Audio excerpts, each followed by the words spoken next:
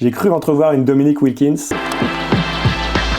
Bienvenue sur Cartissimo. Aujourd'hui, je vais vous expliquer comment l'un d'entre vous va gagner cette carte de l'Emile Kanté. Elle va être gagnée le 23 septembre en hommage à Michael Jordan. Donc une carte prototype faite sur mesure avec les imprimeries Villiers. C'est la première de la collection Cartissimo. Il y en a beaucoup d'autres qui vont arriver, je vous explique aussi tout à l'heure. Mais avant ça, on va ouvrir deux paquets vintage, deux paquets de cartes Upper Deck que j'ai acheté chez Copcart. Et c'est les cartes qu'on collectionnait quand j'étais adolescent. Allez, c'est parti pour l'ouverture de ces deux paquets de cartes Upper Deck. Donc édition 91-92, vous voyez, ça fait plus de 30 ans.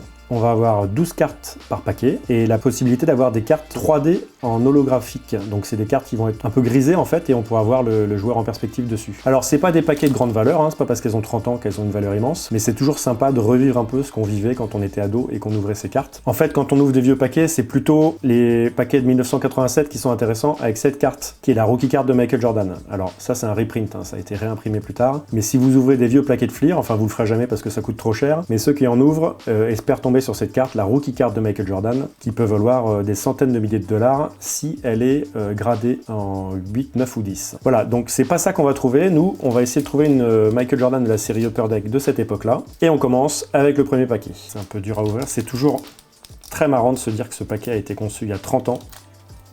Et que depuis 30 ans, il y a une carte qui est dedans. Il y a des cartes qui sont dedans. Et que les gens recherchent peut-être. Même si c'est une époque où ils imprimaient beaucoup de cartes, donc il n'y a pas eu trop de rareté. Ces paquets, je crois qu'ils sont souvent un peu dans le désordre avec les cartes dans tous les sens. Donc on va commencer avec Jack Haley, des Nets. Voilà, vous voyez le format des cartes. Alors c'est pas le meilleur joueur du monde, mais vous voyez ce format de cartes qui parle beaucoup aux collectionneurs de l'époque, qui sont très jolis. Et donc Jack Haley, des Nets. Derrière, on est avec un bon Rex Chapman, ça je suis très content de l'avoir. Vous savez que Rex Chapman était un arrière qui dunkait comme un fou. Il a joué à Charlotte et à Phoenix ensuite. Et surtout, c'est devenu une star sur Twitter. Il partage des vidéos humoristiques. Donc Rex Chapman, c'est une carte que je vais garder, ça. Et derrière, je crois qu'on a une magnifique. J'ai cru entrevoir une Dominique Wilkins. Ouais, une magnifique, c'est une plus belle de la collection de l'époque. Dominique Wilkins, qui était un grand dunker, qui était toujours en train de challenger Michael Jordan au concours de dunk. Et cette carte, elle est absolument géniale, je suis très content de la voir. On va regarder un petit peu, ouais, elle est un peu décentrée en hauteur et en largeur, elle a l'air bonne. La carte de Dominique Wilkins. Et oh là là, le dos aussi est magnifique, deux dunks splendides, que ce soit sur la face ou sur le dos. Voilà, Dominique Wilkins, qu'en France on appelait Do, mais c'est pas du tout un surnom qu'il avait lui. Son surnom aux États-Unis, c'est Nick, comme le Nick de Dominique. Voilà, bon bah ça c'est une très belle carte, je suis content de la voir. Derrière, on a du Danny Ainge, le nouveau GM des Utah Jazz, qui a joué longtemps à Boston, qui a été GM à Boston aussi, et qui a transféré Rudy Gobert cet été. Ensuite, on est à Indiana. Vous voyez que les cartes sont toutes dans des ordres un peu différents. LaSalle Thompson, un role-player d'Indiana, un intérieur qui était assez physique. Sleepy Floyd, Sleepy parce qu'il a toujours un regard avec les yeux un peu endormis en fait, c'est pour ça qu'il était surnommé comme ça. Derrière Sleepy Floyd, on a Rodney McRae. Alors mes souvenirs sont un peu vagues, mais il me semble qu'il a fait d'autres équipes, Rodney McRae, mais je ne sais plus lesquelles. J'ai pensé aux Bulls, mais j'ai quand même un doute. Je ne me rappelle pas de l'avoir vu aux Bulls, mais il a voyagé après. John Chasky. Alors ça, je ne me souvenais plus qu'il existait, lui. Avec son petit hook. On va du côté des Lakers avec Elden Campbell, le frère de Elwayne Campbell, qui de mémoire a joué à Lyon. Elwayne Campbell, pas Elden. Elden, il est en finale NBA en 1991 contre Michael Jordan. C'était l'ailier fort des Lakers, un très bon ailier à côté de Vlade Divac.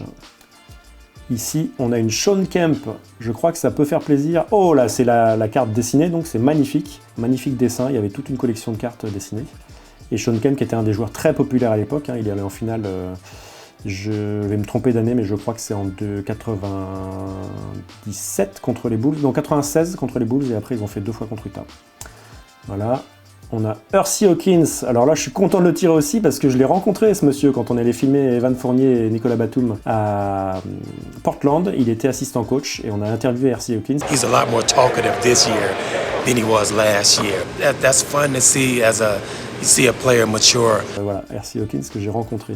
On finit par Myron Brown, dont je me souviens absolument pas, donc c'est vraiment pas un joueur flamboyant. Alors deuxième paquet, on a quand même des belles cartes pour l'instant, on a du Wilkins notamment, mais on cherche toujours Michael Jordan. Et si j'ai pas de Jordan, j'aimerais bien avoir Scottie Pippen. Alors voilà, ce paquet qui a 30 ans, un peu difficile à ouvrir. Et on commence par un Dunk, le maillot des Nuggets qui à l'époque on le trouvait pas spécialement stylé, mais s'il le refaisait cette année dans les maillots City, je sais plus comment on appelle ça, il trouverait ça super. Donc c'est Orlando Woolridge qui a été coéquipier de Michael Jordan à Chicago. Justement, on parlait de Jordan tout à l'heure. Orlando Woolridge, gros dunker aussi. Derrière, on se retrouve avec Derrick McKey. Derrick McKey de Seattle. Un joueur très complet. Kenny Battle. Kenny Battle, il a dû jouer aux Hawks. Mon ami Fabrice, qui est fan des Hawks, il me semble que Kenny Battle a joué aussi aux Hawks. On a un Nick derrière, à moins que ça soit... Oui, c'est Gerard Mustaf. Et on a Will Perdue, je crois que c'est Will Perdue derrière au bon. Gerard Mustaf pour les Knicks. Ensuite, on enchaîne avec Marcus Liberty, qui a donné son nom à une statue à New York. Bon, ok, je sors. Winston Bennett, là c'est pareil, hein, c'est pas un joueur très connu. On n'est pas sur du gros joueur dans ce paquet. On enchaîne avec les Clippers et Bo Kimble. Ça, c'est un joueur qui plaît à Julien Guerino. Mark Eaton. Rest in peace, Mark Eaton, le pivot d'Utah. Une idole de Rudy Gobert. On enchaîne avec Terry Teagle. Terry Teagle, je crois qu'il a joué à Limoges, lui, il me semble, après sa carrière NBA. Derrière, nous avons une carte All-Star de Kevin Johnson, qui a été longtemps à Phoenix. Après, il était maire de Sacramento. Je ne sais plus où il en est au niveau politique. Mais il avait fait une carrière d'homme politique après sa carrière, Kevin Johnson. Et on n'aura pas de Michael Jordan, mais on a une Magic versus Jordan, une très très belle carte. Je suis très content de l'avoir, celle-là, je vais la garder, En plus, ça m'a l'air bien centré sur le haut et sur les côtés. Magic versus Jordan, et ça, c'est une photo mythique. Il me semble qu'elle a été prise au final NBA, ou alors elle a été très utilisée pour faire la promotion des finales NBA. Michael qui était en défense sur Magic, et puis après, ils ont mis Pippen en défense sur Magic pour le bloquer. Donc ça va être... ça peut finir en Magnetic Holder, tout ça. Et on finit par un Warrior, Victor Alexander. C'est un petit signe du destin, je vais l'offrir à Laurent. Je vais offrir ça à Laurent, l'imprimeur qui travaille avec nous sur Cartissimo, parce que Laurent collectionne les Warriors. Voilà, les deux temps forts de ce tirage, c'est Dominique Wilkins d'un côté et Magic versus Jordan de l'autre. Des cartes très jolies que je vais garder. Puis peut-être la Chapman aussi, je vais la garder dans un coin. Voilà, ça fait toujours plaisir, même si c'est des cartes, encore une fois, je répète, qui n'ont pas une grande valeur parce qu'elles ont eu des gros tirages.